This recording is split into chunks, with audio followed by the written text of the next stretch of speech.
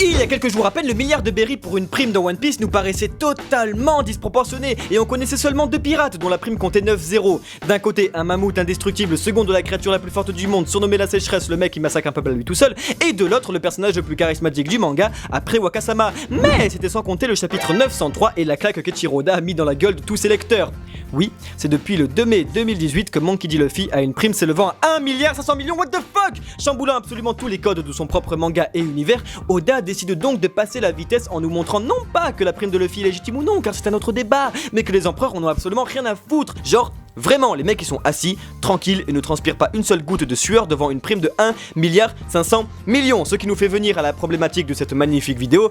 Il se passe quoi avec les primes dans One Piece? OMG, jusqu'où ça va aller? Car si les gars ne sont pas impressionnés, à quel montant leur prime s'élève-t-elle? Et les Mugiwara dans tout ça? Et la prime de Dragon? Non, parce que sans rire, il y a une dizaine d'années, la plupart des fans pensaient vraiment aux milliards de berry en pensant à l'homme le plus recherché du monde. Mais aujourd'hui, nous nous apercevons à quel point nous étions loin du compte. Car c'est bien avec le chapitre 903 que nous pouvons nous attendre à une prime d'au moins 4 milliards pour Monkey D. Dragon pour ne pas rougir devant celle de son fils. Mais c'est aussi grâce au chapitre 903 que nous allons pouvoir trouver les prochaines primes des Mugiwara. Vous êtes des centaines et des centaines à nous demander de parler du futur des Mugiwara et de leurs primes, et on va le faire car il y a énormément de choses à dire et parce que j'arrive au bout de mon souffle.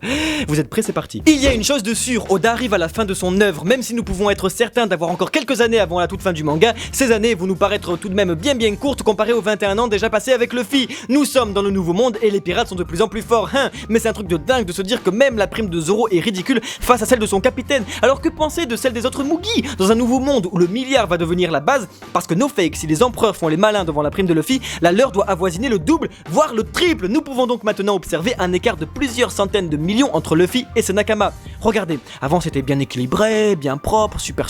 L'exemple le plus flagrant reste celui entre Luffy et son bras droit, Zoro. Après Alabasta, on avait 100 millions pour 60 millions, après Nies Lobby, 300 millions pour 120 millions, après Dressrosa, 500 millions pour 320 millions, et après Whole Cake, 1,5 milliard pour 320.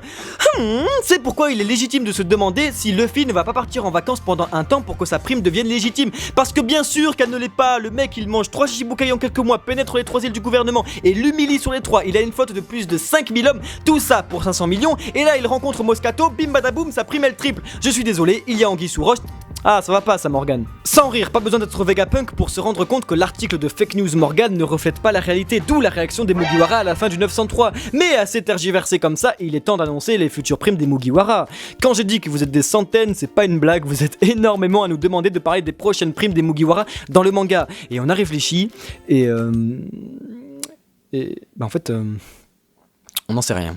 Genre je vous jure, on a essayé mais voilà quoi, enfin c'est genre vraiment impossible. Entre Usopp qui devient monstrueux et Luffy qui a une prime de 1,5 milliard, même Roger il comprend pas. Qu'est-ce que vous voulez que nous on comprenne? Enfin c'est pourquoi on va bien sûr donner nos estimations dans cette vidéo, mais nous vous invitons avant tout à rejoindre notre Discord, le lien est dans la description et il y a un salon dédié exclusivement au sujet qui est ouvert. Venez donc discuter de votre passion avec d'autres fans à l'écrit et même à l'oral et même avec nous-mêmes car nous sommes souvent connectés et c'est une grande fierté pour nous que de voir autant de fans discuter du manga chaque jour. Alors si c'est pas déjà fait, venez vous foutre sur la gueule pour savoir qui aura la meilleure prime entre Zoro et Sanji à la fin du manga.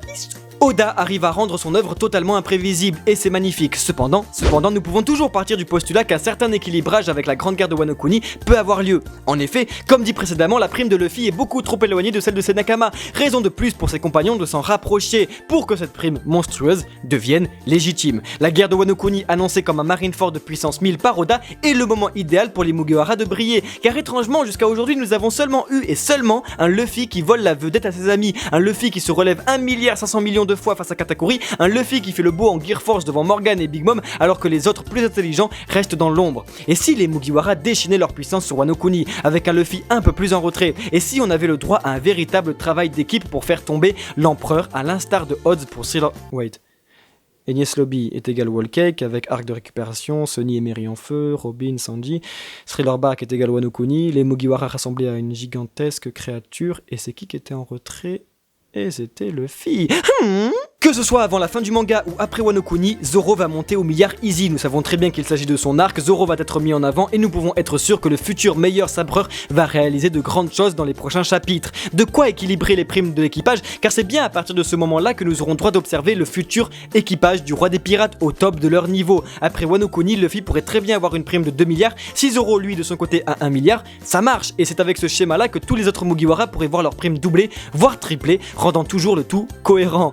Pauvre Chopper. Ce qui ferait Luffy aux 2 milliards de Berry, Zoro 1 milliard, Sanji 700 millions. Usopp, très difficile à positionner, pourrait encore marquer un décalage entre Zoro et Sanji, chose très intéressante avec une prime avoisinant le milliard, avec un nouveau haut fait accompli, renforçant son image de dieu. Mais ce dernier pourrait très bien attendre Elbaf pour voir sa prime augmenter. Une chose est sûre, mark my word, Usopp aura une des primes les plus élevées à la fin du manga, si ce n'est la plus élevée avec celle de Luffy et Zoro. Étant le troisième à rejoindre l'équipage, cela serait vraiment un très bel hommage rendu à l'homme qui voulait devenir un brave guerrier des mers. Nous vous invitons vraiment à relire le chapitre 117 et l'arc de Little Garden en général pour vous rendre compte que Usopp a le futur le plus intéressant de tous les Mugiwara.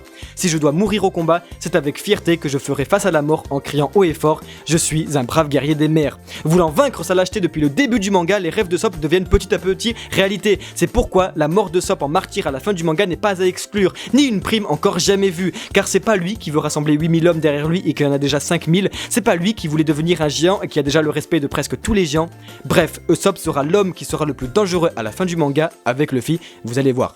Autre personnage intéressant à positionner est Chopper, car que faire de lui? Sa prime totalement injuste, la marine fait méprise en le confondant avec un animal de compagnie. Et c'est vrai que c'est pas Whole Cake qui va arranger la chose. Mais encore une fois, Wano est là pour ça, nous en sommes sûrs et certains, la fin de Wano Kuni sonnera la toute dernière partie du manga, et avec ça, les Mugiwara devront être légitimes dans leur propre prime. Nami, possédant l'âme de Big Mom en personne, va devenir monstrueuse et sa prime avec, qui pourrait bien tripler comme dit précédemment jusqu'à atteindre les 300 millions. Franky, dénigré explicitement par Oda avec la prime des garçons la plus faible, sera bien sûr mis en avant à Wano Kuni, lui-même le disant « Je vais fabriquer une arme pour vaincre Kaido ». Et si c'était lui à l'origine de la chute de l'empereur?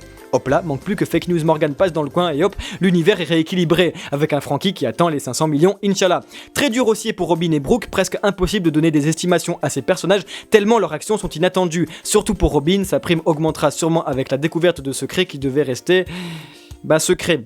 C'est bien ce qui gonfle le gouvernement. Surtout que dans tout ça, il y a Jinbei, prime toujours inconnu, il pourrait très bien en avoir une de ouf, mais son entrée dans l'équipage n'étant jamais sûre, nous pouvons même nous demander si le requin baleine sera réellement Nakama un jour, et que la première partie du manga était peut-être là pour le recrutement. Mais c'est une autre histoire. Notre but dans cette vidéo n'est pas de vous balancer out of nowhere des chiffres, mais bien de démontrer que l'équipage au chapeau de paille retrouvera sûrement un équilibre de primes après l'arc de Wano Kuni, pour que celle de Luffy ne paraisse plus aussi démesurée, mais bien juste. Encore une fois, vous avez notre avis, maintenant le plus important pour nous est d'avoir le vôtre. N'hésitez pas à dire en commentaire ce que vous en avez pensé, si vous êtes d'accord avec nos estimations ou pas du tout, donnez votre propre vision et venez en débattre sur notre Discord, vous êtes toujours les bienvenus. Merci à tous d'avoir regardé cette vidéo jusqu'au bout, prenez bien soin de vous et on se retrouve très vite au Mont Corvo.